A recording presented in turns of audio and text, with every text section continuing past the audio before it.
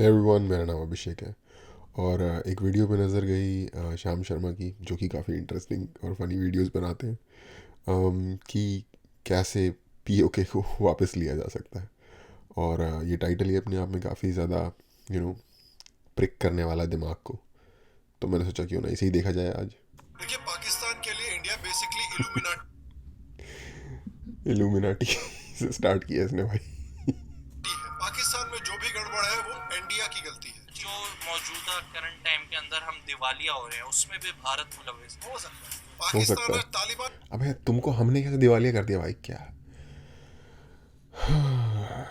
भोले लोग पैदा हुए उस ज़मीन में बहुत सारे। की प्रॉब्लम्स के लिए भी इंडिया को ब्लेम कर रहा है। क्रिकेट की प्रॉब्लम्स के लिए भी इंडिया को ब्लेम कर रहा है। अब तो अरे ये तो वही तोतला है ना, जो तोतला तोतला के बात करता है, उनका वही किलकितल। पाकिस्तान इंडिया से इतना नाराज है कि कह रहा है कि इंडिया अगर सुधरा पाकिस्तान को उन्होंने सोफिया वर्गारा बना दिया है। नहीं तो वो इंडिया में वर्ल्ड कप खेलने के लिए नहीं आएंगे। मैं तो पहले भी कहते थे नहीं यार तो भाड़ में जाए, हमें भाड़ कोई में फर्क दान नहीं नहीं है पड़ता। तो आओ खेलो, खेलते क्यों आप नहीं है? ले लो भाग दे। खेल। अबे तुझे ग्रुप में बुलाया किसने, मुझे ये तो बता। ये तुझे कहा किसने ग्रुप में आने को? साहब, वैसे तो पड़ोस का चिंटू भी ये बोल सकता है कि मैं कटरीना कैफ से शादी नहीं करना चाहता, लेकिन औकात भी। क्या पता, चिंटू छोटा पाकिस्तान के बच्चा हो। प्राइम मिनिस्टर साहब भी गुस्से में चीख ओहो। चीख के प्रेस कॉन्फ्रेंस कर रहे हैं कि माइक का इस्तेमाल नहीं कर सकते ना। यार ये कोई इंग्लिश कविता सुना रहा था और ऐसे एक्शंस कर रहा था कि जिससे ऐसा लगे कि जैसे कोई भारतनाट्यम टाइप का डांस कर रहा बिजली नहीं है देश में। या वज़ीर भंगड़ा आला डाल तलबा रहा में लैपटॉप्स तकसीम करने की तकरीब के दौरान नामालूम शायर की मारूफ नज़म द डोंट क्विट सुनाने लगे तो बिजली चली गई। तो पाकिस्तान इंडिया पर इतना नाराज हो रहा है, इससे एक सवाल उठा है, क्या इंडिया ने फाइनली है। क्या पोएटिक कॉमेडी है भाई। कविता सुना रहा है प्रधानमंत्री किसी और देश की, और लाइट चली जाती है। पाकिस्तान की क्राइसिस को नोटिस किया है और डिसाइड किया है कि पाकिस्तान की इतनी सारी क्राइसिस को देखते हुए अपनी स्ट्रेटेजिक गोल्स पाने का ये बहुत अच्छा मौका है। तो क्या इंडिया उन स्ट्रेटेजिक गोल्स को पाने की तैयारी कर रहा है? आइए पता करते हैं। इस एपिसोड में आपका बहुत बहुत स्वागत है। मैं हूं सेक्युलरिज्म का सीईओ श्याम शर्मा और आप सबको एक सेकंड। सेक्युलर तो शायद आपने सुना होगा कि पाकिस्तान इस समय पर एक बहुत ही सिवियर पॉलिटिकल, इकोनॉमिक, फूड और एनर्जी क्राइसिस से गुजर रहा है। Pakistan is facing a political crisis. Pakistan is facing its worst economic crisis. Pakistan दिवालिया होने वाला है। Pakistan is facing crisis. Pakistan दिवालिया होने वाला है। जनता बेहाल।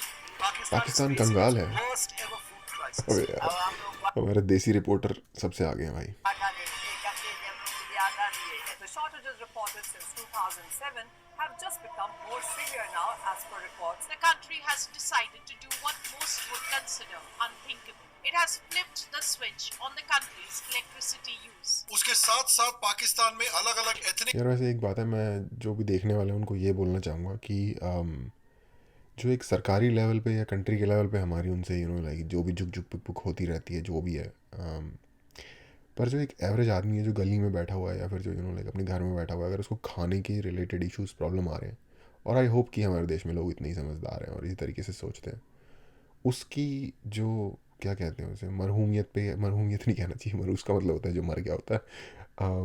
उसकी इस बुरी हालत पे हमें हंसना नहीं चाहिए, ऐसा मुझे लगता है। क्योंकि यार एक आम इंसान कोई इतना भी ज़्यादा गलत नहीं होता। मैं पर्सनली मिला हुआ हूँ पाकिस्तानी लोगों से इंडिया के बाहर। ज़्यादातर लोग आपको बहुत अच्छे से ही मिलेंगे और आपको लाइक एक्साइटेड ही होंगे आपसे मिलके, और लाइक अच्छा बिहेव करते हैं आपके साथ। तो इंसान इंसान ही है at the end of the day. हमें उसी तरीके से सोचना चाहिए। किसी और की बदकिस्मती पे खुश होना शायद, या फिर उसके बारे में लाइक मजाक उड़ाना अच्छा साइन नहीं है अच्छा इंसान होने का। हमारी यानी कि हमारे अपने अंदर कुछ गड़बड़ है अगर ऐसा हम कर रहे हैं तो।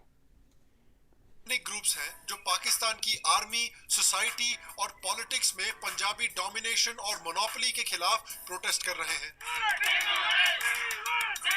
Thousands of Pashtuns who form a majority in Afghanistan but see themselves as a sidelined minority in Pakistan. A shutterdown strike was observed in various parts of Gilgit-Baltistan. बलोचियों ने तो पाकिस्तानी आर्मी की नाक में दम करके रखा हुआ है। Thousands of people have been protesting in Gwadar in Balochistan. They're fighting against not just the oppression of their own state, but also a colonizer in China. तो इन सारी प्रॉब्लम्स के बीचों बीच पाकिस्तान ने एक बड़ी इंटरेस्टिंग चीज बोली, जिससे इंडिया काफी प्लेजेंटली सरप्राइज हुआ। पाकिस्तान ने कहा कि हमने अपना सबक सीख लिया है, इंडिया से जंग करके हम इंडिया से दोस्ती अगले दिन पलट गए थे Pakistan इससे। has learned its lesson. We had 3 wars with India. We have learned our lesson, and we want to live in peace with India. अब ये सुन के सभी भारत के लोगों को खुशी हुई होगी, लेकिन इनसे रहा नहीं जाता। इन्होंने कश्मीर का मुद्दा फिर से उठा दिया। देखिए, पाकिस्तान इज बेसिकली द कुत्ते की दुम ऑफ कंट्रीज। भूखे मर जाएंगे। दुनिया भर के देशों ने इनके फोन कॉल इग्नोर करना शुरू कर दिए हैं, क्योंकि उनको भी पता है कि ये फोन करके सिर्फ भीख ही मांगते हैं।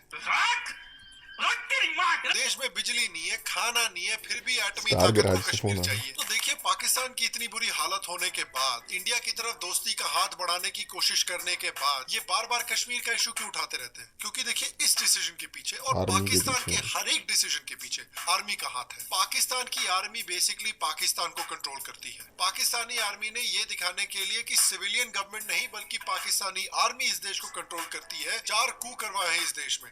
1953, 58, 1977 और 99 में पाकिस्तानी आर्मी का कंप्लीट पावर है गवर्नमेंट के ऊपर। जनरल मुशर्रफ ने फिर एक नेशनल सिक्योरिटी काउंसिल भी क्रिएट करी, जिसमें सभी पाकिस्तानी मिलिट्री सर्विसेज के चीफ इंक्लूड थे, और इस काउंसिल का काम है डिफेंस और नेशनल सिक्योरिटी पॉलिसीज के बारे में डिसीजन लेना, ताकि पाकिस्तान की पॉलिसी मेकिंग में मिलिट्री के रोल को और बढ़ाया जा सके। In 2008, when the then Prime Minister I think दिखाना नहीं रहा होगा, मकसद रहा होगा जब उनको लग रहा होगा कि यार अब इसको डायरेक्टली हैंडल करो, Yusuf Raza सिद्धे ही Gilani हो जाओ। placed the spy agency ISI under the Interior Minister in a bid to enforce parliamentary ये भी बहुत बड़ा supremacy. कार्टून था। The army chief ensured that the order was rescinded within 24 hours. Pakistani army के ऊपर यह भी आरोप था कि इन्होंने ही इमरान खान को प्राइम मिनिस्टर बनाया था और उसके बाद इमरान खान को प्राइम मिनिस्टर की गद्दी से हटाया भी था। और देखिए, इस पॉलिटिकल पावर के साथ साथ पाकिस्तानी आर्मी ने बहुत इकोनॉमिक पावर भी जमा करके रखा हुआ है। The military has entrenched itself not only in politics but also the economy and society. The military runs 50 commercial entities. The military has moved into the oil business. Pakistan के general Bajwa की family, जो 6 साल बाजवा जनरल रहे थे, उतने समय में billionaire बन गए। भैया, फिर हेरा फेरी की तो पैसा डबल करने की स्कीम यहाँ पर चल रही है। पाकिस्तानी आर्मी के ऑफिसर्स और जनरल्स खूब धंधे भी करते हैं, खूब पैसे भी कमा चुके हैं। इनकी बड़ी बड़ी प्रॉपर्टीज है पूरे पाकिस्तान में, अलग अलग स्टेट्स में इन्होंने जमीन हड़पी हुई है। तो पाकिस्तानी आर्मी का पैसा, पाकिस्तानी आर्मी की ऐश इस उनकी खुद की पॉलिटिकल हाई पावर कोर्ट पे कह रही है। डिपेंडेंट है। और ये पॉलिटिकल और इकोनॉमिक पावर पाकिस्तानी आर्मी ने 2 बेसिस पर जमा करके रखा हुआ है। पहला कि भाई पाकिस्तानी आर्मी ही है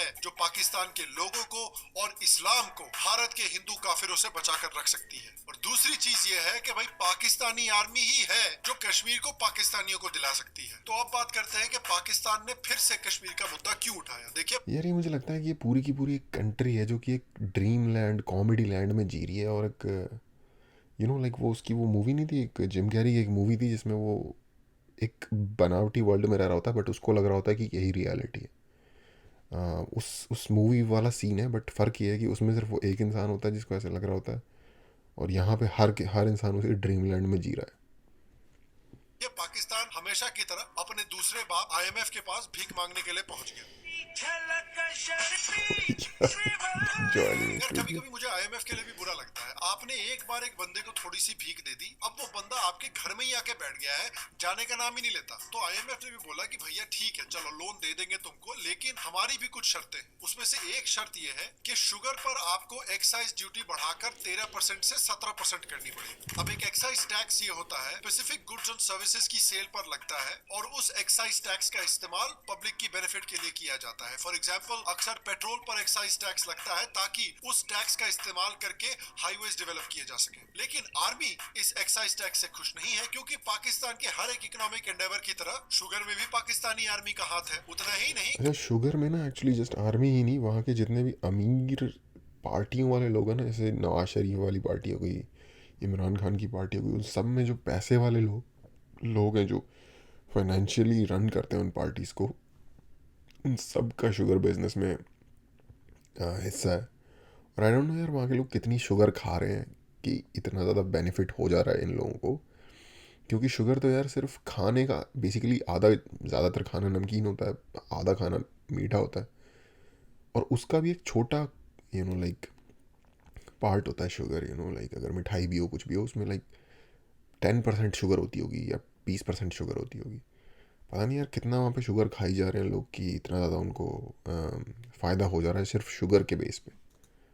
करंट गवर्नमेंट से जुड़े हुए जो आसिफ अली जरदारी हैं, उनके भी बहुत सारे शुगर मिल्स हैं और आसिफ अली जरदारी के सुपुत्र बिलावल भुट्टो इस समय पाकिस्तान के फॉरेन मिनिस्टर हैं और हमारी कश्मीर की स्टोरी इन्हीं से जुड़ी हुई है। बिलावल भुट्टो को एक तरह से पाकिस्तान का राहुल गांधी माना जाता है। इसको समझना अरे पड़ेगा नहीं भाई, ये राहुल गांधी से एक बहुत दर्जे ऊपर की कोई अलग ही एलियन है ये। हमें कि जब बारिश आता है तो पानी आता है, जब ज्यादा बारिश आता है तो ज्यादा पानी आता है, और जब कम बारिश आता है तो कम पानी आता है। और ये एक्स प्राइम ये मिनिस्टर भी बोल दे। भुट्टो के पुत्र हैं। अब बिलावल भुट्टो ने पाकिस्तान की पॉलिटिकल, इकोनॉमिक, सोशल और फूड और एनर्जी क्राइसिस के बीच में यूनाइटेड नेशंस में जाके अपने देश को कैसे बचाया जाए उसके बारे में बात करने के बजाय कश्मीर का मुद्दा उठा दिया। Resolve the Kashmir dispute.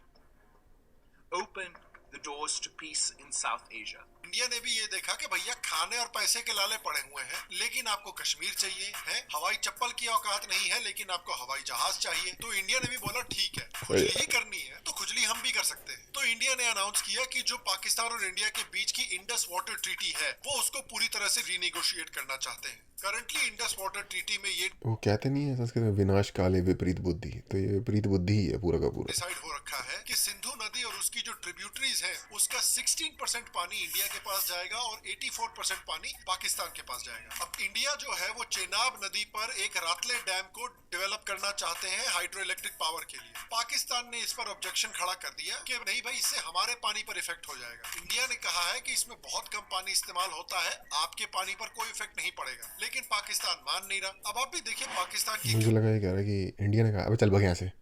Fusion को समझने की कोशिश कीजिए। देखिए पाकिस्तान ने कभी डेवलपमेंट देखी नहीं है तो वो डेवलपमेंट देख के कंफ्यूज हो जाते हैं। उन्होंने हाइड्रो इलेक्ट्रिक पावर प्लांट यार देखा, हाईवे वो है उनकी सोचा कि कंट्री में, कहीं एलियंस काफिरों को ये टेक्नोलॉजी तो नहीं दे रहे पाकिस्तान से लड़ने के लिए। कर्जा लेके ही अगर बनाए इस हैं, बट ट्रीटी है में हाईवे उनकी पाकिस्तान कंट्री या में। इंडिया को कोई प्रॉब्लम हो तो उस डिस्प्यूट को सेटल करने के 3 तरीके होते हैं। पहला है बायलैटरल टॉक्स, दूसरा है कि एक न्यूट्रल एक्सपर्ट को अपॉइंट किया जाए दोनों के बीच के डिस्प्यूट को सेटल करने के लिए, और तीसरा है कोर्ट ऑफ आर्बिट्रेशन, जहां पर पाकिस्तान और इंडिया दोनों अपने दो रिप्रेजेंटेटिव्स को बायलैटरल तो भूल जाओ। केस आर्ग्यू करने के लिए और वहां पर इस इशू को सेटल किया जाएगा। Problem there that a court of arbitration has the powers to injunct the party. Okay?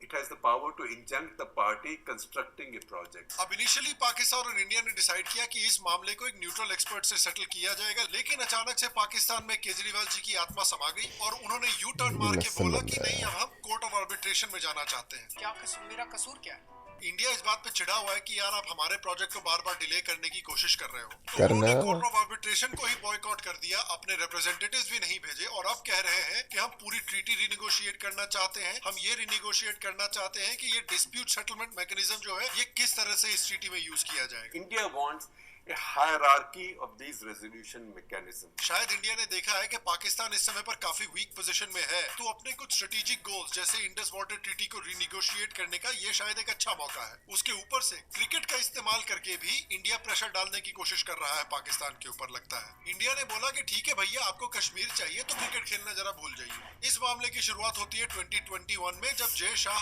Asian cricket council के प्रेसिडेंट बनते हैं। उसी साल अनाउंस किया गया कि पाकिस्तान जो है वो एशिया कप होस्ट करेगा, जो कि आप इमेजिन कर सकते हैं काफी धमाकेदार लोकेशन है एशिया कप के लिए। अबे याद करिए, यार पिछली बार नहीं। पाकिस्तान ने एक बड़ा टूर्नामेंट होस्ट किया था तो क्या हुआ था। तो पाकिस्तान की रेपुटेशन को ध्यान में रखते हुए एशिया कप की लोकेशन पाकिस्तान से शिफ्ट कर दी गई है। पाकिस्तान अबे यार ये भोले लोगों का देश है यार, क्या क्या होगा इनका यार। इस बात पे बहुत नाराज है कि यार ऐसे ही पैसे के लाले पड़े हुए हैं, थोड़े मोड़े पैसे आ जाते एशिया कप से, अब वो भी हाथ से निकल गए और पाकिस्तान एशिया कप के और ये वेन्यू को लोग शिफ्ट करने इतने ज्यादा क्रिकेट के प्रति पागल क्यों है भाई। नहीं हो रहा क्रिकेट, ठीक है, ऐसी तैसी में जाओ अपना काम करो भाई। के लिए जय शाह और बीसीसीआई के मैनिपुलेशन के तफरीह ऊपर वाले आरोप बंदे लगा हैं। रहा है और इसी बात पर उन्होंने इंडिया को धमकी भी दी है कि अगर बीसीसीआई अपनी मैनिपुलेशन को नहीं रोकता और अगर कश्मीर से वर्ल्ड कप के लोकेशन नहीं हटाए जाते तो हम इंडिया आएंगे ही नहीं क्रिकेट खेलने के लिए वर्ल्ड कप में। खबर बहुत बड़ी है कि पाकिस्तान ने वर्ल्ड कप बॉयकॉट करने का कैसे चलेगा यार, आप नहीं आएंगे तो बड़ी दिक्कत हो जाएगी। चलिए कोई बात नहीं, रवीश जी और आरफा खानूम का दिल थोड़ा टूटेगा लेकिन जी लेंगे आपके ये बिना। दोनों उसके भी ऊपर से पाकिस्तान ने हाल में ही इंडिया पर क्या यह ही भी कहा आरोप जाए। लगाया है कि पाकिस्तानी तालिबान को इंडिया ट्रेनिंग और सपोर्ट दे रहा है पाकिस्तान पर अटैक करने के लिए। देखिए, एक पुरानी कहावत है कि अगर आपको जानवर कंट्रोल करना नहीं आता तो जानवर ना मारे। पाकिस्तान ने तालिबान को डेवलप किया, भाग उन्होंने गया। सोचा कि ये सिर्फ कह काफिर रहा तू मर, मैं अमेरिकन जा और रहा हूँ। इंडियंस के ऊपर अटैक करेंगे, लेकिन अब तालिबान पाकिस्तान गवर्नमेंट के पीछे हाथ धो के पड़ गया है, तो वो इंडिया को ब्लेम कर रहे हैं। इंडिया ने ऑब्वियसली कोई भी इन्वॉल्वमेंट को डिनाई किया है। इंडिया ने बोला है कि हमारा कोई हाथ नहीं है इसमें, और हमें कभी नहीं पता चलेगा कि इंडिया ने सपोर्ट किया है तालिबान को या नहीं किया है। लेकिन अगर पाकिस्तान अरे यार एक बात बताओ, पहले ये लोग कहा करते थे कि क्योंकि अमेरिकन सपोर्टेड गवर्नमेंट अफगानिस्तान में और इंडिया का वहाँ पे खुला हाथ मिला हुआ है, तो वहाँ से इंडिया सपोर्ट कर रहा है इनकी कंट्री में, जो कि फुली बकवास है टेररिस्ट को। और अब तो वहाँ पे अमेरिका भी नहीं है, और अब तो भाई तुम्हारे ही चाचा के लड़कों का वहाँ पे चल रहा है सिस्टम। तो अब तुम्हें क्यों तकलीफ़ हो रही है कि वहाँ से कर रहे हैं? अब कैसे करेंगे भाई? तुम्हारे बंदे हैं, उनको संभालो। थोड़ी सी अपनी जो क्लेम करते हो उस पर स्टैंड लो, और गलत निकले तो इतना मर्द वाला वो रखो कि अपनी गलती मानने की हिम्मत हो तुम्हारे अंदर। कश्मीर में आतंकवाद को सपोर्ट कर सकता है, तो फिर इंडिया भी।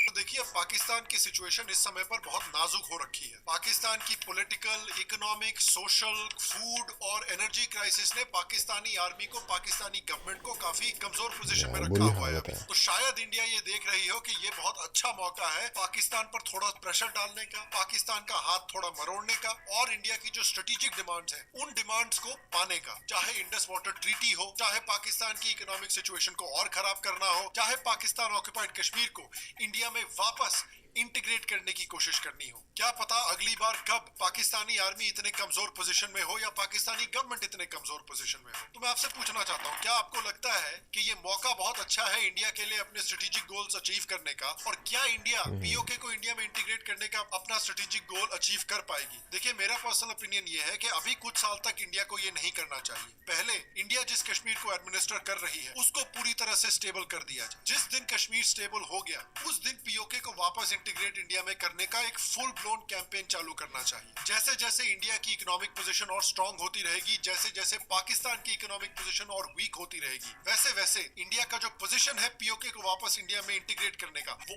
और भी स्ट्रांग होता रहेगा। बाकी अगर आपको आज का एपिसोड पसंद है तो प्लीज आज के एपिसोड को एक लाइक दें। ओके, वीडियो ख़त्म हो गई है। सबसे पहली बात तो यस भाई, हमारा क्लेम पूरा 100% सही है। उसका रीज़न ये है कि उस ज़मीन के पेपर हमारे पास है। फैसला ये हुआ था 1947 में कि जो प्रिंसली स्टेट्स हैं वो जिसके भी पास जाना चाहें उससे जा सकते हैं। कश्मीर एक प्रिंसली स्टेट थी जिसके राजा हरी सिंह ने इंडिया के नाम पे एक्सीड किया था, तो हमारा बनता है उस पर, पहली चीज़। दूसरी चीज़, अब क्लेम बनता है, अब करना क्या चाहिए, क्या हमें करना चाहिए? तो आई थिंक मैं अग्री करता हूँ इससे कि नहीं, 3-4 साल में रुकना चाहिए, और बल्कि हमें कोशिश ऐसी करनी चाहिए कि सुन त्सू है कि जिसने आर्ट ऑफ वॉर लिखी है, शायद बहुत सारे लोगों ने उसके बारे में सुना होगा, कि असली वॉर वो है असली जिसमें बिना लड़ाई तुम जीत जाओ। अलॉन्ग द सेम लाइन उसने कुछ ऐसी बात कही है। तो यस, हमें शायद कोशिश करनी चाहिए कि हमें लड़ना ही ना पड़े इसके लिए, वो ऑटोमेटिकली ही हमारे पास आ जाए। और जिस तरफ हालात जा रहे हैं इसमें कोई बहुत बड़ी हैरानी की बात नहीं होगी अगर ऐसा हो भी जाए। आज के टाइम में भी वहाँ पे इतने ज़्यादा विरोध हो रहे हैं, कई लोगों का कहना है कि वो इंडिया के साथ मिलना चाहते हैं, वहाँ पे भी पीओके में भी। तो जो कि पहले शायद इतनी ज़्यादा हालात नहीं थे, इतने ज़्यादा सीवियर हालात नहीं थे उनके पाकिस्तान के लिए वहाँ पे। बट यू नो, जब जैसे आपके कर्म होंगे वैसे ही आपको फल भी मिलेगा फिर। तो मुझे लगता है कि हमें उन पर हमला वगैरह तो नहीं करना चाहिए, क्योंकि वो एक रैश डिसीजन होगा। वो काइंड ऑफ उतना बुरा तो नहीं, लेकिन काइंड ऑफ जैसे रशिया ने यूक्रेन पे हमला कर दिया, एक रैश डिसीजन लिया, और उसका उनको खामियाजा भी भुगतना पड़ रहा है अब। हर किसी ने सोचा था कि ये रोल ओवर होगा रशिया के लिए, बट नहीं है। ठीक है, अब काफ़ी दिक्कत भी आई, उन्होंने काफ़ी लोग भी खोए अपने। तो इस तरीके का डिसीजन तो हमें नहीं लेना चाहिए, जबकि हमारा क्लेम बहुत स्ट्रॉन्ग है। रशिया का शायद क्लेम ना हो यूक्रेन पे, बट हमारा तो क्लेम है पीओके पे, वो कश्मीर का हिस्सा है। बट फिर भी हमें उस तरीके का rash decision I don't think नहीं लेना चाहिए। आई थिंक पूरी दुनिया में समीकरण ऐसे बन रहे हैं कि वो खुद ही हमको प्लेट में डाल के मिलेगा। और उस वक्त अगर जब ये चीज़ पास आ जाए उतनी, तो उस वक्त अगर लड़ना भी पड़े तो यू नो लाइक लड़ने में कोई दिक्कत नहीं है। अपने हक़ के लिए लड़ना, अगर फाइनल स्टेज उसकी है कि अब आपको लड़ना पड़ेगा, तो उसमें लड़ने के लिए भी पूरी तरीके से वो जस्टिफाइड है, धर्म के हिसाब से भी और हर हिसाब से, लॉजिक के हिसाब से भी।